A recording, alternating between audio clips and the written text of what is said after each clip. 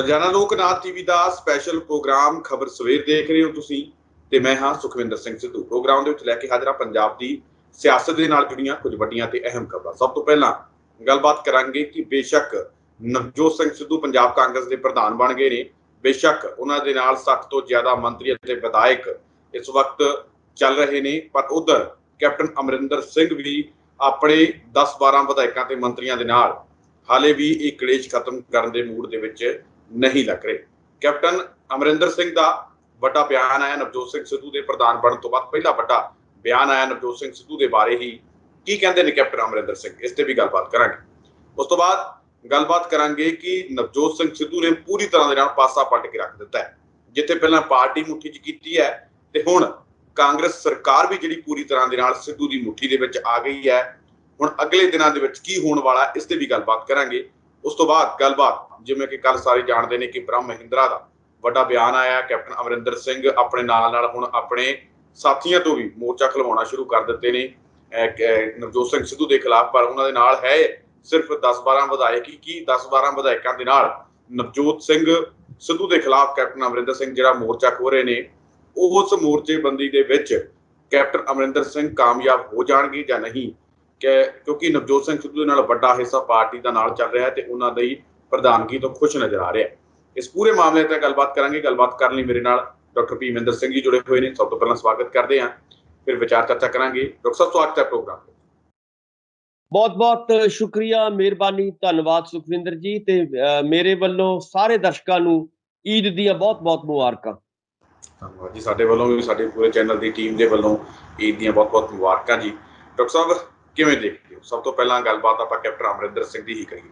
Captain Amarinder Singh ਦਾ ਪਹਿਲਾ ਵੱਡਾ ਬਿਆਨ ਆਉਂਦਾ ਹੈ ਨਵਜੋਤ ਸਿੰਘ ਸਿੱਧੂ ਦੀ ਪ੍ਰਧਾਨਗੀ ਆਉਣ ਤੋਂ ਬਾਅਦ, ਕਿਵੇਂ ਦੇਖਦੇ? ਸੁਖਵਿੰਦਰ ਜੀ, ਕੈਪਟਨ ਸਾਹਿਬ ਦੀ ਹਾਲਤ ਇਸ ਵੇਲੇ ਇਹ ਹੈ, ਮੈਂ ਇੱਕ ਸ਼ੇਰ ਨਾਲ ਇਸ ਨੂੰ ਸਮਝਾਉਣ ਦੀ ਕੋਸ਼ਿਸ਼ ਕਰਾਂਗਾ ਆਪਣੇ ਦਰਸ਼ਕਾਂ ਨੂੰ। ਉਹ ਸ਼ੇਰ ਹੈ ਕਿ ਦੁਸ਼ਮਨੋਂ ਨੇ तो दुश्मनी की है, दुश्मनों ने तो दुश्मनी की है, दोस्तों ने भी क्या कमी की है, दोस्तों ने भी क्या कमी की है, की नहीं उम्र भर खता जिसने, आज उसने ही तौहीन जिंदगी की है। सो इस वेले ये हालत हो चुकी है। ਜਿਹੜੇ ਕੈਪਟਨ ਸਾਹਿਬ ਦੇ ਬਹੁਤ ਖਾਸਮ ਖਾਸ ਦੋਸਤ ਕਹਾਉਂਦੇ ਸੀਗੇ, ਨੇੜਲੇ ਬੰਦੇ ਕਹਾਉਂਦੇ ਸੀਗੇ, ਉਹ ਵੀ ਅੱਜ ਨਵਜੋਤ ਸਿੰਘ ਸਿੱਧੂ ਦੇ ਪਾਲੇ 'ਚ ਚਲੇ ਗਏ ਨੇ। ਅੱਜ ਆਪਾਂ ਦੇਖ ਰਹੇ ਹਾਂ ਕਿ ਪੂਰਾ ਪੰਜਾਬ ਦੇਖ ਰਿਹਾ, ਜਿਵੇਂ ਤੁਸੀਂ ਵੀ ਦੱਸਿਆ ਕਿ ਨਵਜੋਤ ਸਿੰਘ ਸਿੱਧੂ ਦੇ ਨਾਲ ਚਾਹੇ ਵਿਧਾਇਕ ਹੋਣ, ਚਾਹੇ ਵਲੰਟੀਅਰ ਹੋਣ, ਇੱਥੋਂ ਤੱਕ ਕਿ ਮੰਤਰੀ ਸਾਹਿਬਾਨ ਹੋਣ, ਉਹ ਵੀ ਉਹਨਾਂ ਨੇ, ਜਿਵੇਂ ਤੁਸੀਂ ਕਿਹਾ ਕਿ ਸਰਕਾਰ ਜਿਹੜੀ ਕੰਟਰੋਲ 'ਚ ਕੀਤੀ ਹੈ, ਇਹਦਾ ਮਤਲਬ ਹੈ ਕਿ ਮੰਤਰੀ ਤੱਕ ਉਹਨਾਂ ਨੇ ਆਪਣੇ ਨਾਲ ਰਲਾ ਲਏ ਨੇ। ਇਹ ਆਪਣੇ ਨਾਲ ਇਸ ਲਈ ਨਹੀਂ ਲੱਗੇ ਜੀ। ਡਾਕਟਰ ਸਾਹਿਬ, ਮੈਂ ਇੱਕ ਵਾਰੀ ਇਹ ਚਾਹੁੰਦਾ ਕਿ ਆਪਾਂ ਆਪਣੇ ਦਰਸ਼ਕਾਂ ਨੂੰ ਬਿਆਨ ਦੱਸ ਦਈਏ ਕਿ ਕੈਪਟਨ ਅਮਰਿੰਦਰ ਸਿੰਘ ਦਾ ਬਿਆਨ ਕੀ ਆਇਆ ਨਵਜੋਤ ਸਿੰਘ ਸਿੱਧੂ ਦੇ ਖਿਲਾਫ। ਬਿਆਨ ਉਹਨਾਂ ਦਾ ਉਹੀ ਪੁਰਾਣਾ ਬਿਆਨ ਹੈ ਔਰ ਉਹਨਾਂ ਦੇ OSD ਵੱਲੋਂ ਆਇਆ ਕਿ ਜਿੰਨੀ ਦੇਰ ਜਨਤਕ ਤੌਰ ਤੇ ਮੁਆਫੀ ਨਹੀਂ ਮੰਗਦੇ ਨਵਜੋਤ ਸਿੰਘ ਸਿੱਧੂ, ਉਨੀ ਦੇਰ ਮੈਂ ਕੋਈ ਉਹਨਾਂ ਨਾਲ ਗੱਲਬਾਤ ਨਹੀਂ ਕਰਾਂਗਾ। ਔਰ ਜਿਹੜੀ ਗੱਲਬਾਤ ਕਿ ਉਹਨਾਂ ਨੇ ਕਿਹਾ ਕਿ ਕਿਸੇ ਵੇਲੇ ਫੈਲਾਈ ਜਾ ਰਹੀ ਸੀਗੀ ਕਿ ਨਵਜੋਤ ਸਿੰਘ ਸਿੱਧੂ ਕੈਪਟਨ ਸਾਹਿਬ ਨਾਲ ਮਿਲਣਾ ਚਾਹੁੰਦੇ ਨੇ, ਉਹਨਾਂ ਤੋਂ ਸਮਾਂ ਲੈਣਾ ਚਾਹੁੰਦੇ ਨੇ, ਉਹ ਕਹਿੰਦੇ ਇਹ ਸਭ ਅਫਵਾਹਾਂ ਨੇ, ਇੱਦਾਂ ਦੀ ਕੋਈ ਗੱਲਬਾਤ ਨਹੀਂ ਚੱਲ ਰਹੀ। ਬਿਲਕੁਲ ਸਾਡਾ ਉਹੀ ਪੁਰਾਣਾ ਸਟੈਂਡ ਹੈ। ਉਹਨਾਂ ਨੇ ਕਿਹਾ ਕਿ ਜਿੰਨੀ ਦੇਰ ਜਨਤਕ ਤੌਰ ਤੇ, ਉਹਨਾਂ ਨੇ ਕਿਹਾ ਕਿ ਜਿਹੜੀਆਂ ਸਾਰੀਆਂ ਚਾਹੇ ਟਵੀਟ ਕੀਤੇ ਨੇ, ਚਾਹੇ ਉਹਨਾਂ ਨੇ ਬਿਆਨ ਦਿੱਤੇ ਨੇ, ਉਹਨਾਂ ਦੇ ਬਾਰੇ ਉਹ ਮਾਫੀ ਨਹੀਂ ਮੰਗਦੇ ਨਵਜੋਤ ਸਿੰਘ ਸਿੱਧੂ, ਉਹ ਉਨੀ ਦੇਰ ਉਹ ਗੱਲਬਾਤ ਲਈ ਅੱਗੇ ਨਹੀਂ ਆਉਣਗੇ। ਸੋ ਇੱਥੋਂ ਸਪਸ਼ਟ ਹੈ ਕਿ ਇਸ ਵੇਲੇ ਕੈਪਟਨ ਸਾਹਿਬ ਬਿਲਕੁਲ ਉਹਨਾਂ ਨੂੰ ਲੱਗਦਾ ਕਿ ਮੇਰੀ ਕੁਰਸੀ ਵੀ ਜਾ ਰਹੀ ਹੈ, ਕੁਰਸੀ ਖਿਸਕ ਰਹੀ ਹੈ ਔਰ ਕਾਂਗਰਸ ਉਹਨਾਂ ਦੇ ਹੱਥੋਂ ਜਾ ਰਹੀ ਹੈ। ਸੋ ਤੁਸੀਂ ਦੇਖੋਗੇ ਕਿ ਜਿਉਂ-ਜਿਉਂ ਸਮਾਂ ਅੱਗੇ ਵੱਧ ਰਿਹਾ ਹੈ, ਨਵਜੋਤ ਸਿੰਘ ਸਿੱਧੂ ਲਗਾਤਾਰ ਆਪਣੇ ਵਲੰਟੀਅਰਸ ਦੇ ਵਿੱਚ ਔਰ ਪੰਜਾਬ ਦੀ ਜਿਹੜੀ ਕਾਂਗਰਸ ਦੇ ਵਿੱਚ ਉਹਨਾਂ ਦੀ ਜਿਹੜੀ ਪਕੜ ਹੈ ਉਹ ਬਹੁਤ ਮਜ਼ਬੂਤ ਹੋ ਰਹੀ ਹੈ। ਔਰ ਦੂਜੇ ਪਾਸੇ ਜਿਵੇਂ ਤੁਸੀਂ ਵੀ ਕਹਿ ਰਹੇ ਹੋ ਕਿ ਕੈਪਟਨ ਸਾਹਿਬ ਦੀ ਜਿਹੜੀ ਪਕੜ ਹੈ ਉਹ ਉਸ ਕਿਸਮ ਦੇ ਨਾਲ ਬਿਲਕੁਲ ਖਤਮ ਹੋ ਰਹੀ ਹੈ ਜਾਂ ਬਹੁਤ ਢਿੱਲੀ ਪੈ ਚੁੱਕੀ ਹੈ ਇਸ ਵੇਲੇ। ਸੋ ਮੇਰਾ ਕਹਿਣ ਦਾ ਮਤਲਬ ਹੈ ਕਿ ਇੱਕ ਤਾਂ ਜਿਹੜੀ ਹੈਗੀ ਆ ਅੜੀ ਉਹਨਾਂ ਦੀ ਕੈਪਟਨ ਸਾਹਿਬ ਦੀ, ਜਿਹੜੀ ਪਿਛਲੇ ਲੰਮੇ ਸਮੇਂ ਤੋਂ ਤੁਸੀਂ ਦੇਖ ਰਹੇ ਹੋ ਕਿ ਉਹ ਅੱਜ ਤੱਕ ਵੀ ਜਾਰੀ ਹੈ, ਕਿ ਜਿਸ ਕਿਸਮ ਦੇ ਨਾਲ ਉਹਨਾਂ ਦੀ ਕਾਰਜਸ਼ੈਲੀ ਰਹੀ ਹੈ। ਔਰ ਕਾਰਜਸ਼ੈਲੀ ਦੇ ਉੱਤੇ ਆਪਾਂ ਨੇ ਸਾਰਾ ਪੰਜਾਬ ਇਸ ਵੇਲੇ ਕਿਉਂ ਉਹਨਾਂ ਦੇ ਨਾਲ ਲੱਗਿਆ, ਕਿਉਂ ਵਲੰਟੀਅਰ ਉਹਨਾਂ ਦੇ ਨਾਲ ਲੱਗੇ ਨੇ, ਉਹ ਇਸ ਲਈ ਲੱਗੇ ਨੇ ਕਿ 4.5 ਸਾਲ ਤੋਂ ਜਿਸ ਗੱਲ ਦੇ ਉੱਤੇ ਆਪਾਂ ਬਹੁਤ ਜ਼ੋਰ ਦੇ ਨਾਲ ਕਹਿੰਦੇ ਰਹੇ ਹਾਂ ਪਿਛਲੀਆਂ ਆਪਣੇ ਐਪੀਸੋਡ ਦੇ ਵਿੱਚ, ਕਿ ਕੈਪਟਨ ਸਾਹਿਬ ਨੂੰ ਜਿੰਨੀ ਦੇਰ ਉਹ ਆਪਣੀ ਕਾਰਜਸ਼ੈਲੀ ਨਹੀਂ ਚੇਂਜ ਕਰਦੇ, ਨਹੀਂ ਬਦਲਦੇ, ਉਨੀ ਦੇਰ ਇਹ ਚੀਜ਼ਾਂ ਕਾਂਗਰਸ ਨੂੰ ਜਿਹੜਾ ਹੈਗਾ ਉਹਦਾ ਗ੍ਰਾਫ ਜਿਹੜਾ ਹੈਗਾ, ਕੈਪਟਨ ਸਾਹਿਬ ਦਾ ਵੀ ਗ੍ਰਾਫ ਥੱਲੇ ਜਾਏਗਾ ਔਰ ਕਾਂਗਰਸ ਦਾ ਵੀ ਗ੍ਰਾਫ ਥੱਲੇ ਜਾਏਗਾ। ਔਰ ਉਹੀ ਭਾਣਾ ਵਰਤਿਆ। ਔਰ 4.5 ਸਾਲ ਤੋਂ ਤੁਸੀਂ ਦੇਖਿਆ ਹੋਵੇਗਾ ਕਿ ਚਾਹੇ ਵਲੰਟੀਅਰਸ ਹੋਣ, ਚਾਹੇ ਵਿਧਾਇਕ ਹੋਣ, ਚਾਹੇ ਮਿਨਿਸਟਰ ਸਾਹਿਬਾਨ ਹੋਣ, ਉਹਨਾਂ ਦੇ ਵਿੱਚ ਇੱਕ ਨਿਰਾਸ਼ਾ ਦਾ ਮਾਹੌਲ ਚਲਿਆ ਗਿਆ ਸੀਗਾ। ਉਹਨਾਂ ਨੂੰ ਲੋਕਾਂ ਨੇ ਘੇਰਨਾ ਸ਼ੁਰੂ ਕੀਤਾ ਸੀਗਾ, ਸਵਾਲ ਪੁੱਛਣੇ ਸ਼ੁਰੂ ਕੀਤੇ ਸੀਗੇ ਕਿ 4.5 ਸਾਲ ਤੁਸੀਂ ਕਿੱਥੇ ਸੀਗੇ, 4.5 ਸਾਲ ਤੋਂ ਤੁਹਾਨੂੰ ਪੰਜਾਬ ਕਿਉਂ ਨਹੀਂ ਯਾਦ ਆਇਆ। ਸੋ ਤੁਸੀਂ ਦੇਖਿਆ ਹੋਵੇਗਾ ਕਿ ਲੋਕ ਸਭਾ ਦੇ ਮੈਂਬਰ ਹੋਣ ਔਰ ਇੱਥੋਂ ਤੱਕ ਕਿ ਰਵਨੀਤ ਬਿੱਟੂ ਜੀ ਜਦੋਂ ਜਾਂਦੇ ਨੇ ਕਿਸਾਨ ਅੰਦੋਲਨ ਦੇ ਵਿੱਚ, ਉੱਥੇ ਵੀ ਉਹਨਾਂ ਦੇ ਜਿਹੜਾ ਹੈਗਾ ਚਿੱਤਰ ਪਰੇਡ ਹੁੰਦੀ ਹੈ, ਆਪਾਂ ਨੇ ਸਾਰੇ ਦੇਖੀ ਹੈ। ਸੋ ਇਸ ਕਰਕੇ ਤੁਸੀਂ ਦੇਖਿਆ ਹੋਵੇਗਾ ਕਿ ਇਸ ਨਿਰਾਸ਼ਾ ਚੋਂ ਕੱਢਣ ਦੇ ਲਈ ਜਦੋਂ ਹਾਈ ਕਮਾਂਡ ਨੇ ਇੱਕ ਨਵਾਂ ਫਾਰਮੂਲਾ ਲਿਆਂਦਾ, ਉਹ ਸੀਗਾ ਕਿ ਨਵਜੋਤ ਸਿੰਘ ਸਿੱਧੂ, ਜਿਹੜੇ ਕਿ ਲਗਾਤਾਰ 4.5 ਸਾਲਾਂ ਤੋਂ ਆਵਾਜ਼ ਬੁਲੰਦ ਕਰ ਰਹੇ ਸੀਗੇ ਪੰਜਾਬ ਦੇ ਹੱਕਾਂ ਬਾਰੇ, ਪੰਜਾਬ ਦੇ ਲੋਕਾਂ ਬਾਰੇ, ਪੰਜਾਬ ਦੇ ਸੰਕਟ ਬਾਰੇ, ਪੰਜਾਬ ਦੀਆਂ ਸਮੱਸਿਆ ਬਾਰੇ, ਉਹ ਜਦੋਂ ਆਵਾਜ਼ ਬੁਲੰਦ ਕਰਦੇ ਸੀਗੇ, ਜਿਹਦੇ ਬਾਰੇ ਅੱਜ ਕੈਪਟਨ ਸਾਹਿਬ ਇਹ ਕਹਿ ਰਹੇ ਨੇ ਕਿ ਤੁਸੀਂ ਆਵਾਜ਼ ਕਿਉਂ ਬੁਲੰਦ ਕੀਤੀ, ਤੁਸੀਂ ਇਹ ਸਵਾਲ ਮੇਰੇ ਉੱਤੇ ਕਿਉਂ ਚੁੱਕਦੇ ਰਹੇ।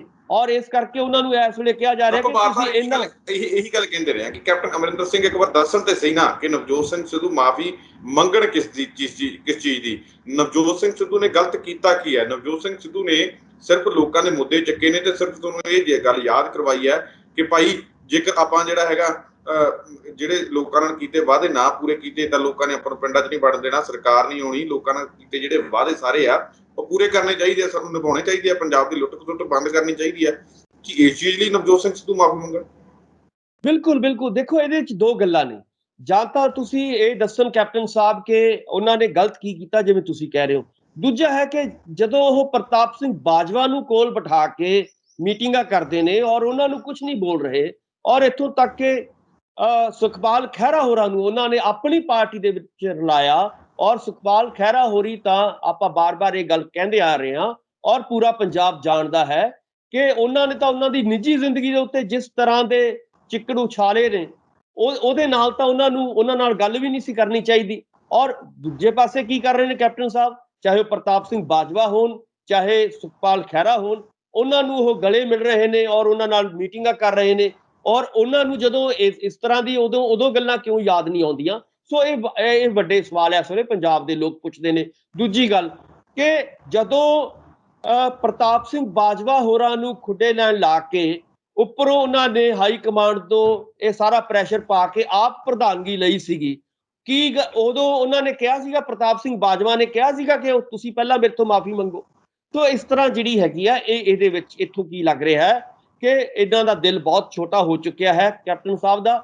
ਔਰ ਕੈਪਟਨ ਸਾਹਿਬ ਜਾਣਬੁੱਝ ਕੇ ਨਵਜੋਤ ਸਿੰਘ ਸਿੱਧੂ ਹੋਰਾਂ ਨੂੰ ਲੈਟ ਡਾਊਨ ਕਰਨਾ ਚਾਹੁੰਦੇ ਨੇ, ਉਹਨਾਂ ਨੂੰ ਥੱਲੇ ਲਾਉਣਾ ਚਾਹੁੰਦੇ ਨੇ ਔਰ ਇਸ ਤਰ੍ਹਾਂ ਦੀ ਮਾਫੀ ਵਾਲੇ ਜਿਹੜੇ ਬਿਆਨ ਦਵਾ ਕੇ ਉਹ ਇਹੀ ਸਿੱਧ ਕਰਨਾ ਚਾਹੁੰਦੇ ਨੇ ਕਿ ਮੈਂ ਹਜੇ ਜਿਹੜਾ ਹੈਗਾ ਰਜਵਾੜਾ ਸ਼ਾਹੀ ਮੇਰੇ 'ਚ ਕਾਇਮ ਹੈ।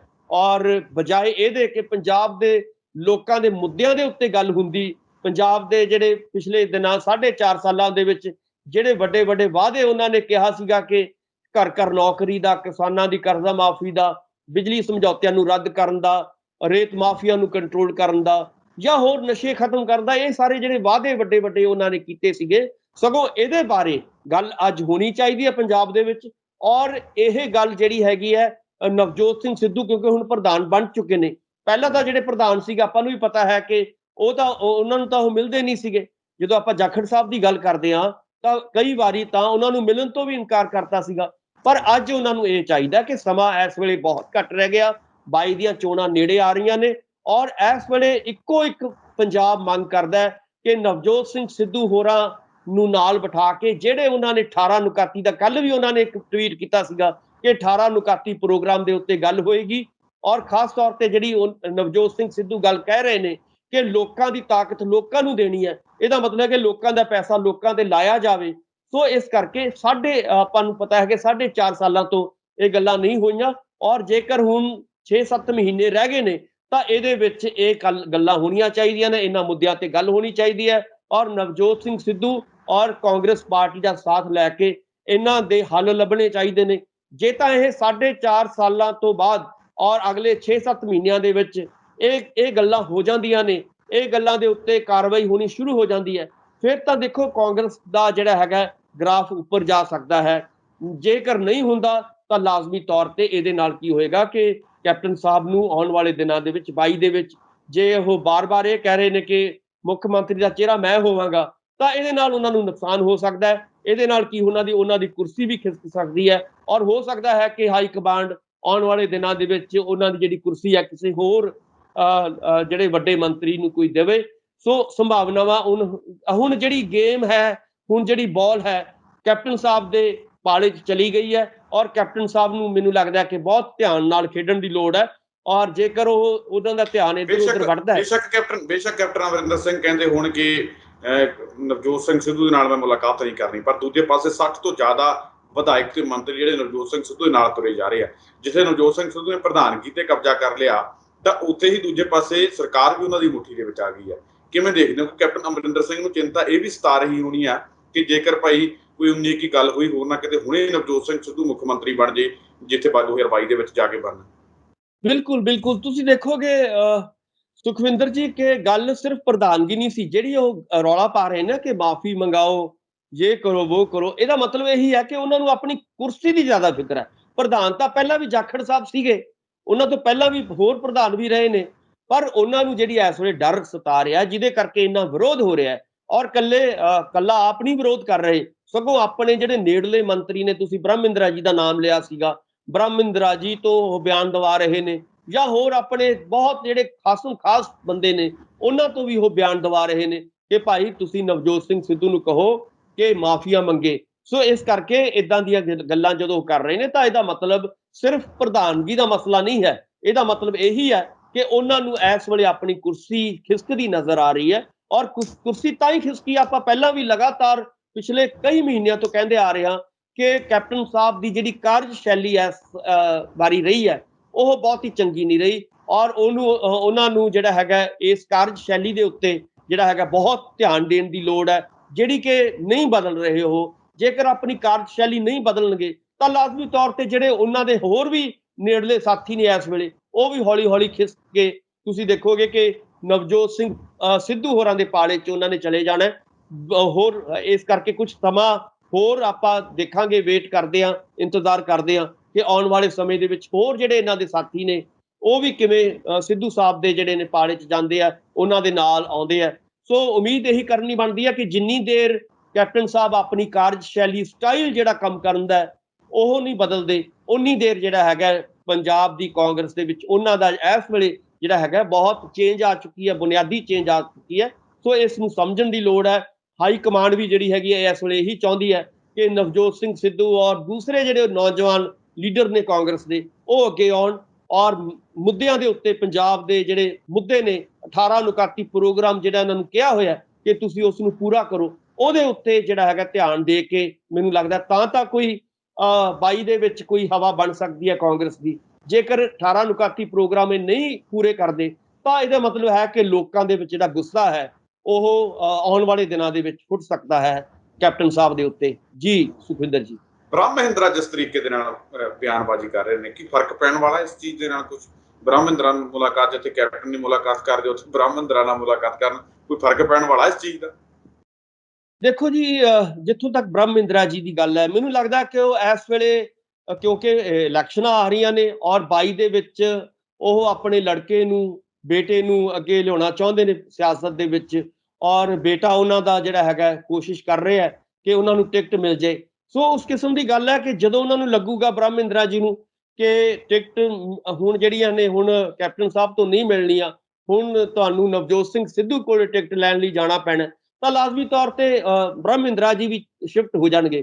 ਕੱਲ ਤੁਸੀਂ ਦੇਖੋਗੇ 50-50 ਦਾ ਰਿਹਾ ਉਹਨਾਂ ਨੇ ਵਧਾਈਆਂ ਵੀ ਦਿੱਤੀਆਂ ਨੇ, ਐਸੀ ਗੱਲ ਨਹੀਂ ਹੈ। ਬ੍ਰਹਮ ਮਹਿੰਦਰਾ ਜੀ ਕਹਿੰਦੇ ਮੈਂ ਵਧਾਈਆਂ ਤਾਂ ਦੇਤੀਆਂ ਪਰ ਮੈਂ ਉਨੀ ਦੇਰ ਜਿਹੜਾ ਹੈਗਾ ਵਧਾਈਆਂ ਉਹਨਾਂ ਨੂੰ ਆਪ ਜਾਂ ਮਿਲਣ ਦੀ ਕੋਸ਼ਿਸ਼ ਨਹੀਂ ਕਰਾਂਗਾ ਨਾ, ਜਾਂ ਮੈਂ ਨਹੀਂ ਜਾਵਾਂਗਾ ਉਹਨਾਂ ਨੂੰ ਮਿਲਣ ਜਿੰਨੀ ਦੇਰ ਉਹ ਕੈਪਟਨ ਸਾਹਿਬ ਨਾਲ ਗੱਲਬਾਤ ਨਹੀਂ ਕਰਦੇ। ਸੋ ਕਹਿਣ ਦਾ ਮਤਲਬ ਹੈ ਕਿ ਬ੍ਰਹਮ ਮਹਿੰਦਰਾ ਜੀ ਦਾ ਬਿਆਨ ਬਿਲਕੁਲ ਨਪਿਆ ਤੁਲਿਆ ਬਿਆਨ ਹੈ ਔਰ ਦੋਨੋਂ ਪਾਸੇ ਰੱਖੀ ਉਹਨਾਂ ਨੇ, ਵਧਾਈਆਂ ਵੀ ਦੇ ਰਹੇ ਨੇ ਔਰ ਕੈਪਟਨ ਸਾਹਿਬ ਦਾ ਪੱਖ ਵੀ ਪੂਰ ਰਹੇ ਨੇ।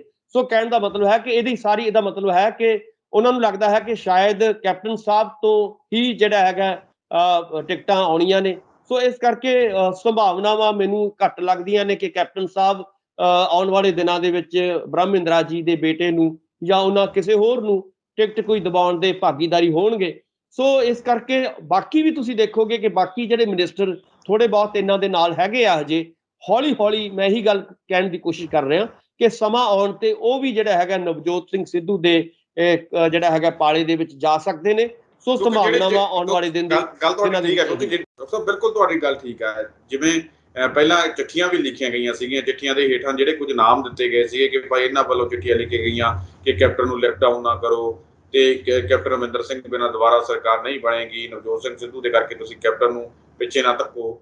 ਉਹ ਲੋਕ ਵੀ ਜਿਹੜੇ ਹੈਗੇ ਆ, ਉਹ ਵੀ ਲੋਕ ਹੁਣ ਨਵਜੋਤ ਸਿੰਘ ਸਿੱਧੂ ਦੇ ਨਾਲ ਸਿੱਧੇ ਤੌਰ ਤੇ ਮੁਲਾਕਾਤਾਂ ਕਰ ਰਹੇ ਨੇ, ਚਾਹੇ ਹਰਮਿੰਦਰ ਸਿੰਘ ਗਿੱਲ ਹੋਣ, ਨਵਤੇਜ ਸਿੰਘ ਚੀਮਾ ਹੋਣ, ਜੋਗਿੰਦਰਪਾਲ ਨੇ ਸਿੱਧੇ ਤੌਰ ਤੇ ਕਹਿੰਦਾ ਸੀ ਕਿ ਭਾਈ ਮੇਰਾ ਨਾਮ ਤੁਸੀਂ ਚਿੱਠੀ ਦੇ ਹੇਠਾਂ ਪਾਇਆ ਕਿਵੇਂ।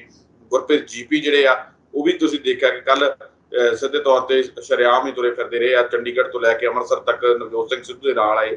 ਤਾਂ ਕਿਵੇਂ ਦੇਖਦੇ ਹੋ ਕਿ ਇਹ ਸਾਰੀਆਂ ਗੱਲਾਂ ਜਿਹੜੀਆਂ ਕੈਪਟਨ ਅਮਰਿੰਦਰ ਸਿੰਘ ਨੂੰ ਇਹ ਵੀ ਚਿੰਤਾ ਹੈ ਕਿ ਜਿਵੇਂ ਉਹ ਪਹਿਲਾਂ ਛੱਡ ਕੇ ਮੈਨੂੰ ਜਾ ਚੁੱਕੇ ਨੇ ਤਾਂ ਇਹ ਵੀ ਜਿਹੜੇ 10-12 ਰਹਿ ਗਏ ਇਹ ਵੀ ਕਿਸੇ ਟਾਈਮ ਵੀ ਜਾ ਸਕਦੇ ਨੇ। ਸੁਖਵਿੰਦਰ ਜੀ, ਆਪਾਂ ਜਿਵੇਂ ਪਰਿਭਾਸ਼ਾ ਤੋਂ ਸਮਝਦੇ ਨਾ ਕਿ ਸਿਆਸਤ ਜਿਹੜੀ ਹੁੰਦੀ ਹੈ, ਸਿਆਸਤ ਕੀ ਹੈ? ਸੱਤਾ ਦਾ ਨਾਂ ਹੈ ਕਿ ਜਿਹਦੇ ਕੋਲੇ ਸੱਤਾ ਹੈ ਉਹਦੇ ਨਾਲ ਹੀ ਉਹ ਪੱਲੜਾ ਜਿਹੜਾ ਹੈਗਾ ਉਹਦਾ ਹੀ ਭਾਰੀ ਹੋ ਜਾਂਦਾ।